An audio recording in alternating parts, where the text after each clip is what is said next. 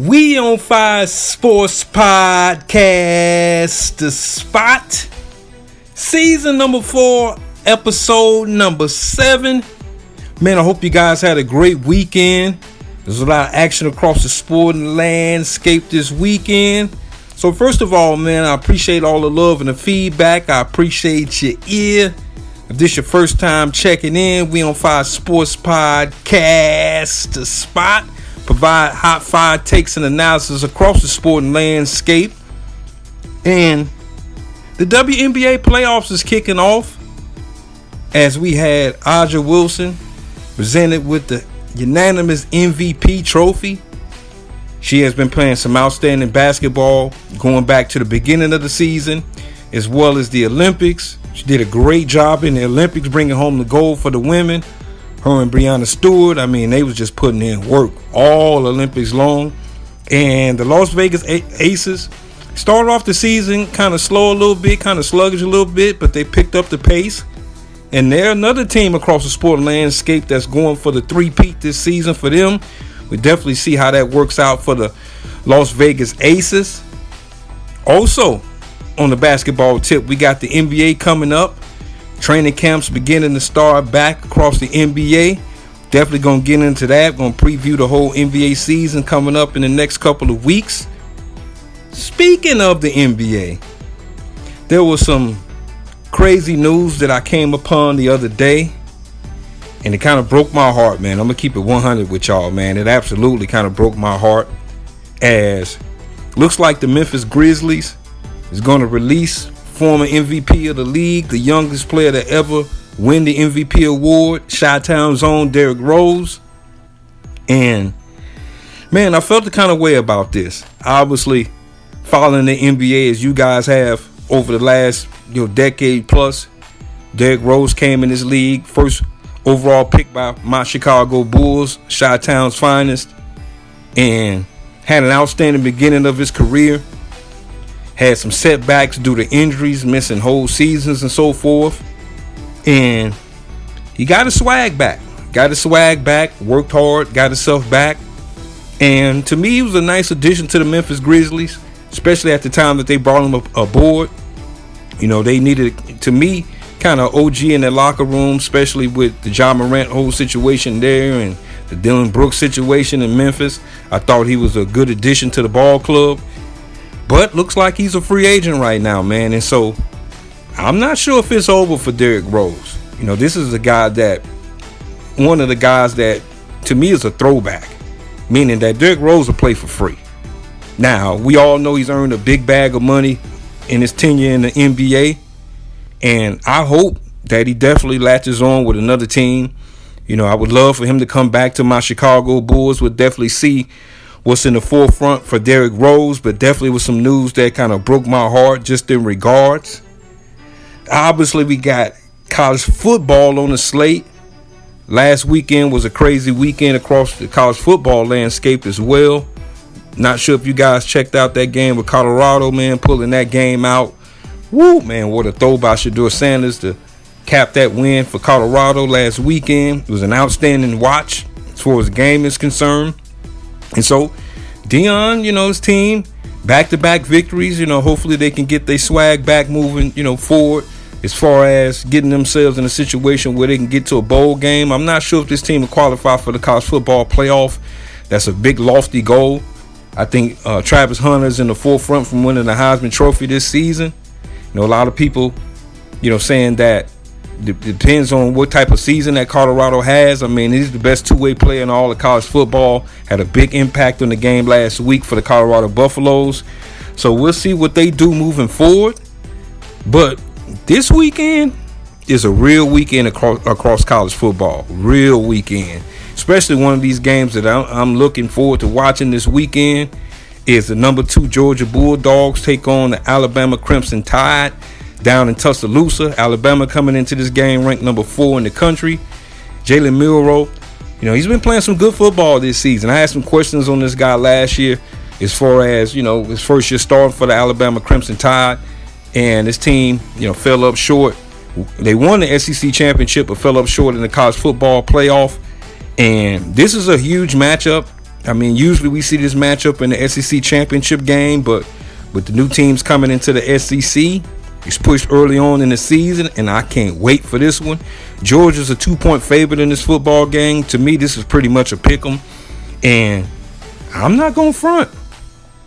I like Alabama in this game. Georgia coming with a half-hearted effort, barely pulling out a victory against Kentucky.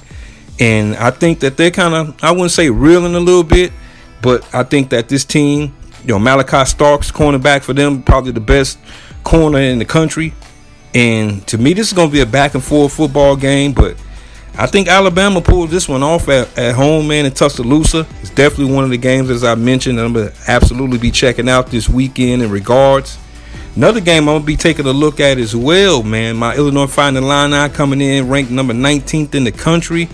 This team has been playing some good football, and they take on the number 9 ranked Penn State Nittany Lions, James Franklin and company. This game is going to be played at Beaver Stadium in University Park. And so this is going to be a good football game as well. My heart is with the Fighting Illini. This is definitely going to be a test game just in regards, as we got Penn State actually being an 18.5-point favorite in this football game. I wouldn't go there as far as, them, being basically 20 points better than the Fighting Illini. But I do think that they pulled this game out in a tight football game, man, up in University Park. So that's absolutely going to be a game that I'm going to be checking out this weekend as well. And so another one is Louisville taking on Notre Dame. Louisville coming into this game 15th overall. They undefeated on the season. Notre Dame ranked 16th in the season. 3-1, obviously, with that loss to Northern Illinois University a couple weeks ago. And to me, this is Notre Dame's season on the line as far as the college football playoff is concerned. They dropped this game at Notre Dame to Louisville. I think their chances of making the college football playoffs is pretty much over and done with. So we ratcheting it up, man, across the college football landscape in regards. We're getting these big, what I call heavyweight matchups early in the season. And so definitely can't wait to check out a couple of those games going into for the weekend for college football. And we got NFL week number 4 on the forefront. But we're going to take a look back at week number 3 across the NFL, as week number 3 jumped off with the New England Patriots taking on the New York Jets, as the Jets steamrolled the Patriots 24-3. The Jets, there had been some questions about their defense. To me, their defense really hadn't played well this season so far, and they just straight steamrolled the New England Patriots. I mean, Jacoby Brissett had under 100 yards passing on the day. I thought that the Jets did a good job of running the football with Breece Hall and Braylon Allen.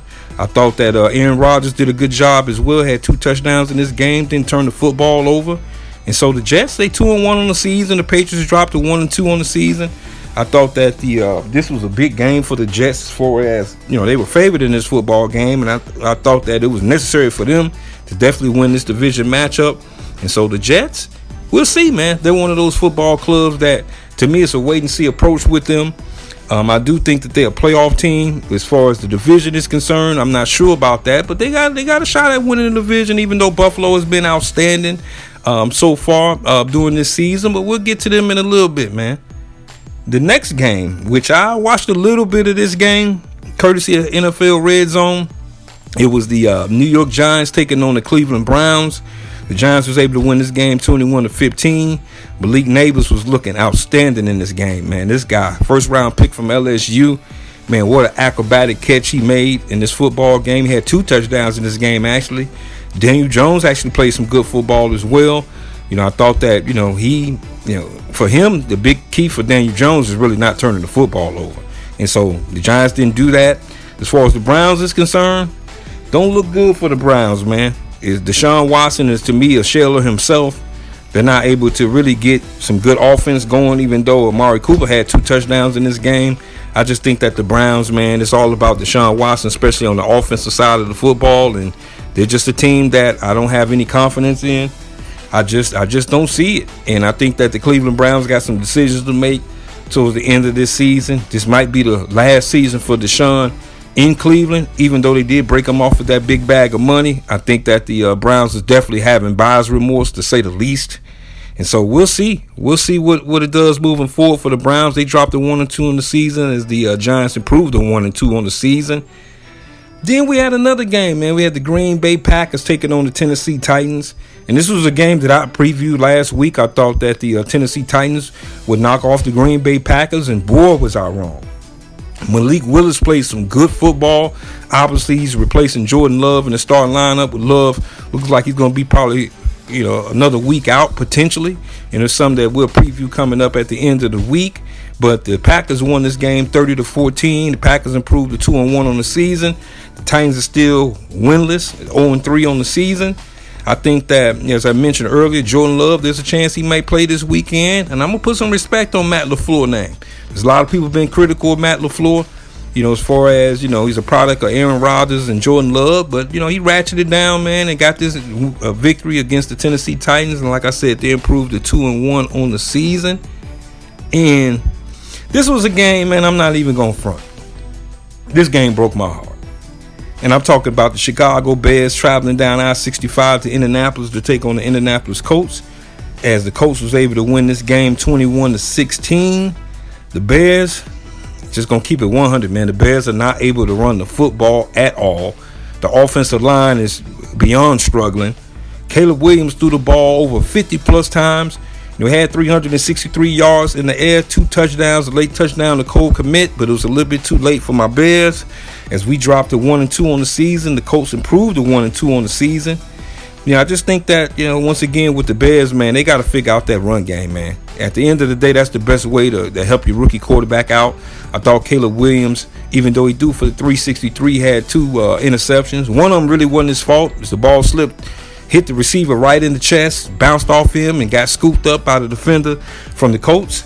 And so I'm not going to panic. There's a lot of people just panicking. Oh, man, we don't know. Caleb Williams, we're not sure. Jaden Daniels should have been the number 1 pick and all of that. Just relax, everybody. Because I think at the end of the day, as I mentioned again, you got to be able to run the football to make life a little easier for your quarterback. I thought that as far as the protection was concerned, it was a little better than last week. But at the end of the day, if you can't get no traction on the ground, man, it's a tough situation for any football team. And as I mentioned, the Colts was able to pull this one out 21-16. I thought that Jonathan Taylor, he had an outstanding game, 110 yards and 2 touchdowns, had an outstanding run in this game, had several outstanding runs in this game. As the Bears, we got to pick up the pieces, my Bears. Then we transitioned to a game that was the battle of the unbeatens coming in. Had the Texans coming into this game 2-0. We had the Vikings coming into this game 2-0 as this game was played up in Minneapolis. And a lot of people predicted that the Texans would go into Minnesota and win this game. I thought that Minnesota, to me, I thought that they would actually win this game. I thought it would be a lot closer as the Minnesota Vikings was able to pull this one out 34-7. And Sam Darnold, man, he's on a redemption tour. He had an outstanding game, had 4 touchdowns in this game, probably his best game as a professional. But the most thing that I was impressed with the Minnesota Vikings was simply their defense, especially with an offense like the Texans. They was able to keep C.J. Stroud on the wraps in this football game. Shout out to Aaron Jones, man, for the Minnesota Vikings. He had a bill on the ground. But, to me, the Vikings is the talk of the NFL. One of the few teams is undefeated in the NFL season. This team is at the top of the division. A lot of people wouldn't predict this, but that's the beauty of the National Football League. You can make the predictions all you want. The game's got to be played. The game got to be played on the field, man. And so shout out to the Vikings going 3-0 so far on the season. Also, shout out to their head coach, Kevin O'Connell. I think he's done an outstanding job so far with this ball club. So we'll see what Minnesota do, man, moving forward, man. But this definitely was an impressive win for them. Then we had the Philadelphia Eagles, man, take on the New Orleans Saints. As the Eagles traveled down to the Superdome, take on the Saints. And the Saints, once again, this was the team that was riding high. They was 2-0 coming into this football game. Definitely had the best offense in the National Football League through the first couple weeks. And the Eagles did an outstanding job as far as being able to nix the New Orleans Saints, holding them only to 12 points. Derrick Carr looked like old school Derrick Carr. And the Eagles was able to win this game 15-12. And shout out to just the running game.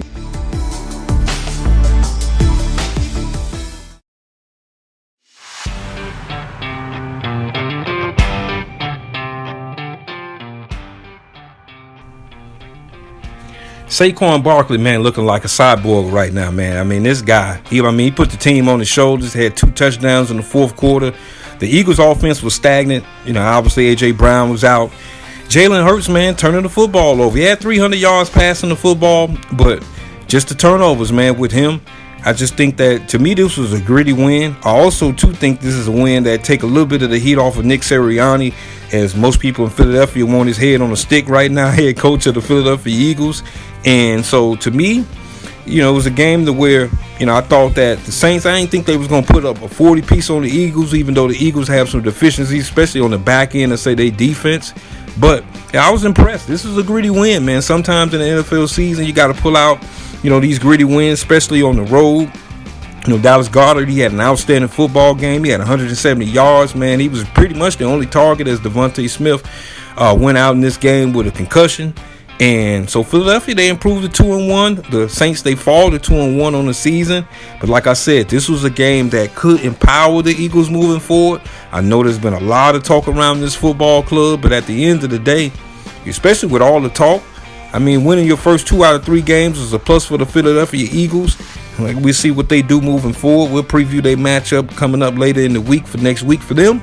But I was impressed with them pulling out this tough football game, man, down in the Superdome in New Orleans.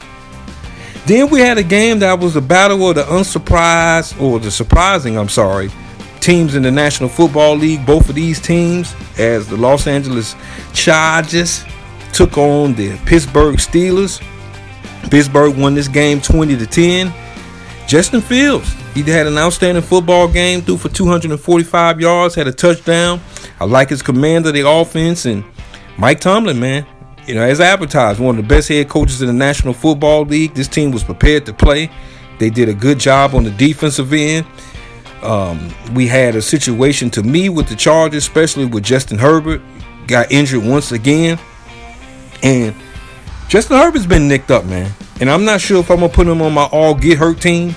But he's a guy that has been nicked up over the last couple of seasons. I thought that the Steelers did a good job of containing the running game from the Chargers. They did a good job of what I call slimming the game down. And for Justin Fields, really the biggest thing for him, man, is not turning the football over. He did it again this week. And to me, I think the quarterback controversy in Pittsburgh is over with. I think it's Justin Fields' job to lose. Even though I did see Mike Tomlin, make some comments as far as, they still trying to keep that situation open at the quarterback position. But I think Justin Fields has earned this job, and Pittsburgh improves to 3-0 on the season, and the Chargers and Harbaugh fall to 2-1 on the season. We'll see if they're able to bounce back next week. And to me, this was a surprising game. This next game coming up, the Denver Broncos taking on the Tampa Bay Bucks. Tampa Bay was living their best life through the first 2 weeks of the NFL season. Baker Mayfield looked like he still had that magic from last year. Denver came in this game. The offense was very inept with the rookie Bo Nix. And they came to play some football. Especially it started on the defensive end, as they was able to hold the Bucks only to 7 points. The offense looked real swift. Nix had an early touchdown running the ball in. They kicked 4 field goals in this game, though, but they did an outstanding job. Shout out to their defense and the approach that they had. They pretty much had the Bucks on lock and key and straight up donutting them in the second half. I was surprised by that, and I know they lost some people a lot of money in this football game because, the Broncos was heavy underdogs coming into this week against Tampa Bay. They was able to pull off a big-time victory, man. So the Broncos, they improved to 1-2 on the season. And the Tampa Bay Bucks fall to 2-1 on the season. We'll see a Baker and company able to get their weight back up in week number 4. Then we had another surprising game that surprised a lot of people, man. Is the Carolina Panthers took on the Las Vegas Raiders. And we had Andy Dalton doing typical Andy Dalton. Coming in, threw it for 300 yards and 3 touchdowns, as this offense looked like a total different offense, as they was able to pull this victory out once again, 36-22.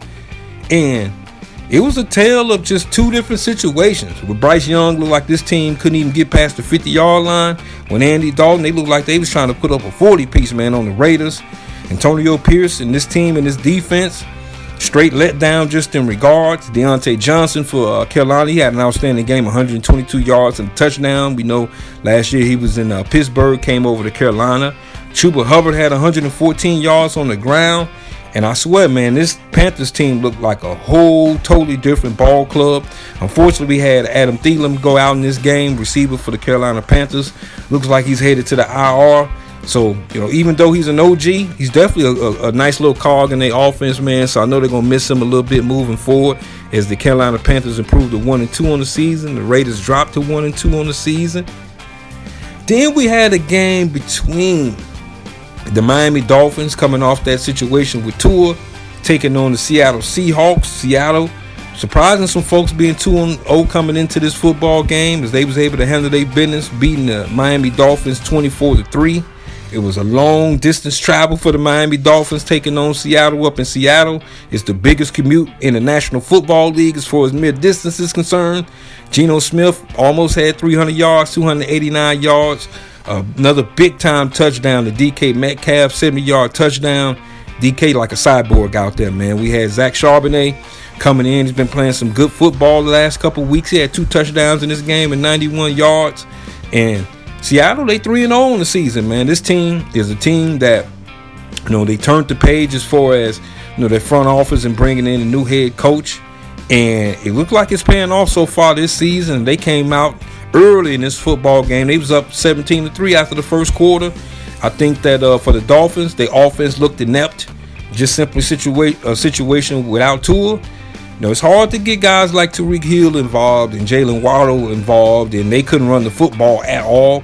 To me, I thought that was the biggest, chance that Miami had in this football game is to be able to run the football a little bit, kind of shorten the game down. They was unable to do that, and Miami may have to go on the street and get them a quarterback and try to figure out their offense a little bit as they took an L. And like I said, the Seattle Seahawks improved to 3-0 on the season, and the Dolphins dropped to 1-2 on the season. And this was a game that, to me, the next game coming up was a game that I had to watch. Because both these teams, one, the Baltimore Ravens came into this game 0-2.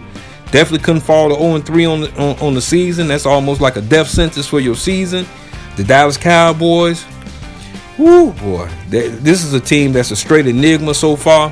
As the Baltimore Ravens won this game 28-25. Looked like Baltimore was about to steamroll Dallas. I mean, this thing got ugly early as the Ravens was up 21-6 after the first half, and then 28-6 after the third quarter. And this has been a theme for Baltimore. Just losing focus at the end of football games, and I thought it was going to come back to bite him. Dak Prescott, shout out to him, man. He didn't wave the white flag in this football game at all. Tried to push the pedal to the metal in the fourth quarter. Dallas came up a little bit short in this game. The Ravens, it was their first victory of the season, much needed. They got Derrick Henry, being Derrick Henry, $150 on the ground. Thought he played outstanding. To me, he was kind of the reason that this team won this football game. And for me, I'll say this. Baltimore, their defense has been playing okay so far this season. But their offense has been a little erratic for me, especially in the second half of these football games, man. This team just straight go to sleep totally in the second half.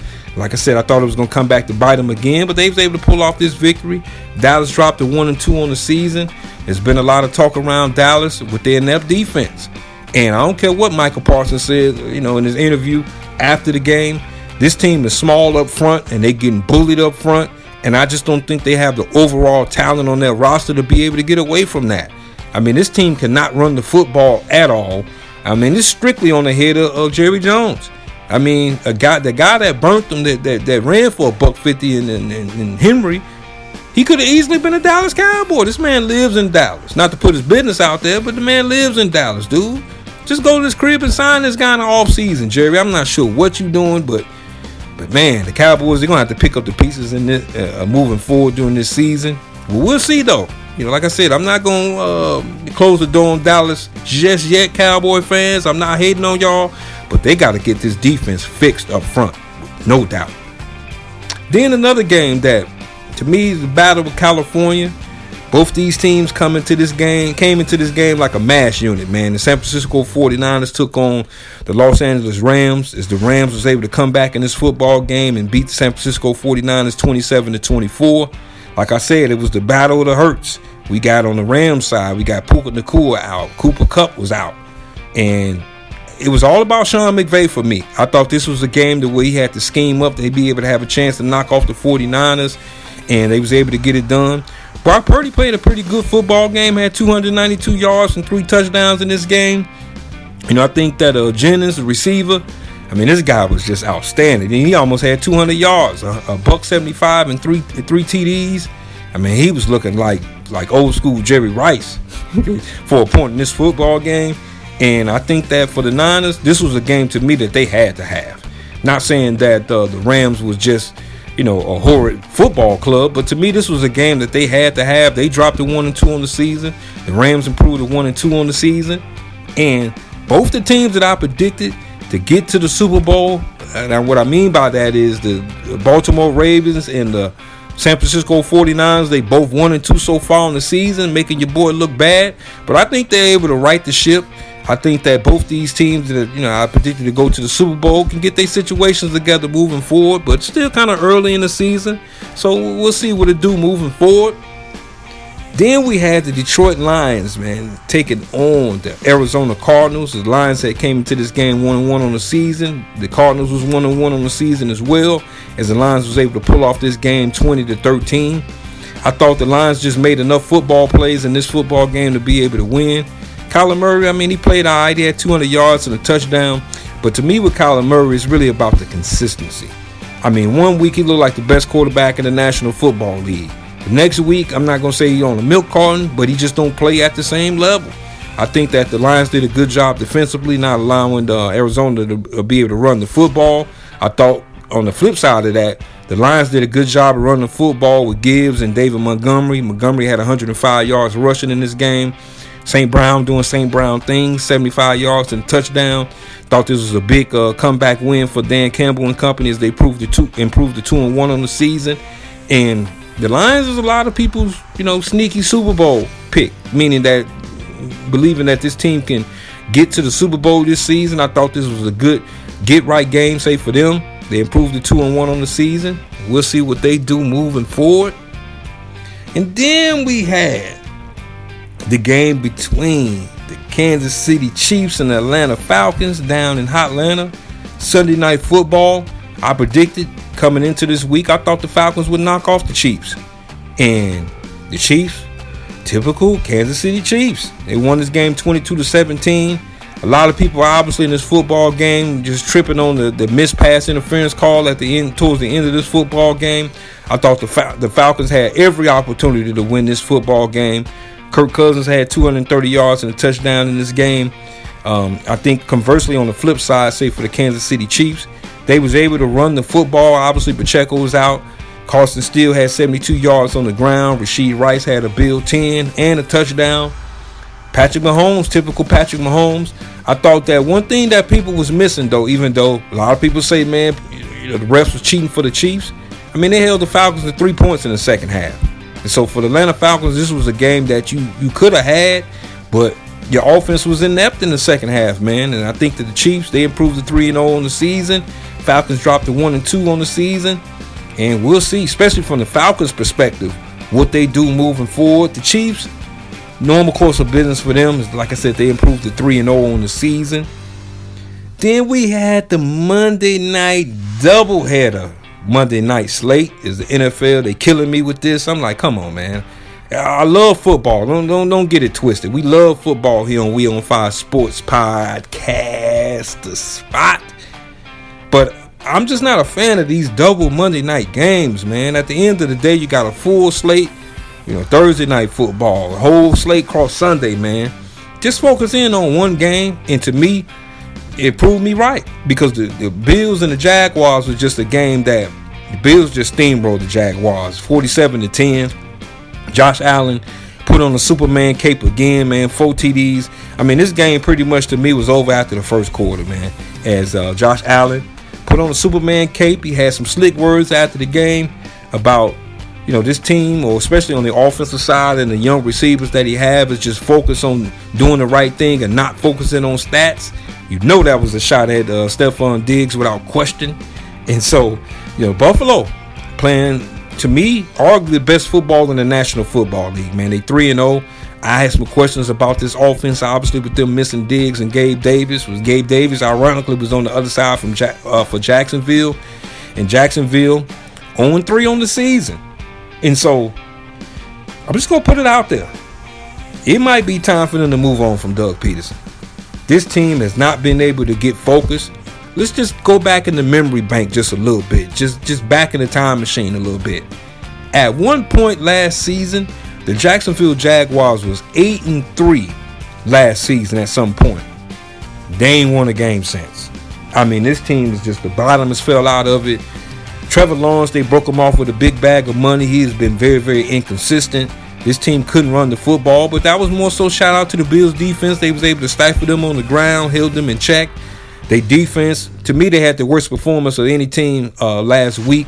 Just couldn't get it done, man. And like I said, this team is winless. I see them circling for Doug Peterson, man. We'll see what the owner Shad Khan does moving forward with that coaching situation. But definitely he on the clock, especially when you break off your quarterback for $200+ million during the offseason. They ain't going to blame Trevor Lawrence totally for this. They're going to blame the coach. And so Doug Peterson might be the first NFL coach this season to be fired. So we'll see what that does moving forward for them. Like I said, Buffalo right now, man, they living their best life 3-0 in the season. And then we transition to the other game on Monday Night Football. The Washington Commanders took on the Cincinnati Bengals. This game was played in Cincinnati as the Commanders was able to win this game 38-33. This was what I call one of them Madden video game type games, man. No punts and no turnovers. And the Commanders and Jaden Daniels, they was able to go into Cincinnati and knock them off. Jaden Daniels, number 2 pick in the NFL draft from LSU, had his best game as a professional. Didn't turn the football over. Had commanded the offense. Didn't have no turnovers in this football game. I thought that Cincinnati, this all on the defense. I thought Joe Burrow was outstanding. I mean, he had 3 touchdowns, 324 yards. Chase, doing typical Chase things. Had 2 touchdowns in this game. And so the offense looked good, but the defense had more holes than Swiss cheese in it, man. And especially the back end of the defense. It looked like the Washington Commanders they didn't punt the whole football game, man. Especially from Cincinnati perspective, when you play this game at home, man, and the team don't punt, dude, or don't turn the football over, 9 times out of 10, you're going to take an L. And the Bengals, they dropped to 0-3 on the season as the Commanders improved to 2-1 on the season. And while we're talking about coaches, right now, Zach Taylor, I think it might be time for Cincinnati to move on from Zach Taylor. I mean, this is a team, we've seen this 3 out of the last 4 years. Either them starting 0-2 on the season, building it back. This year they're in an 0-3 hole. To me, the only hope for this football team is that I didn't put, dirt and bury this football team, is that it's a 17-game slate in the NFL. So they may have a chance to kind of dig themselves out. I mean, just think about this for a second. In the first 3 weeks of the season, we got the Steelers 3-0 and the Bengals 0-3, meaning that the Bengals is 3 games back of the team in first, and we only played 3 football games. And to me, it's just all about coaching. And so to me, Zach Taylor, it might be a wrap for you, man. Especially too with you got Chase looming to be broke off. Joe Burrow obviously got taken care of on the financial end. T. Higgins on the franchise tag. And so Mike Brown is an interesting owner across the National Football League. I think it might be time for him to pull the plug, man, on Zach Taylor, man. So that was my look. That was my look at week number 3. Man, I know you guys, was excited. Football was back. Hope the weekend was safe for you as we transition into week number 4 across the NFL slate. Like I said earlier, we got the WNBA playoffs jumping off. NBA about to come back. College football cracking as well. So we'll see. So once again, man, I appreciate all the love and all the feedback. I appreciate you. Yeah. We on Fire Sports Podcasters.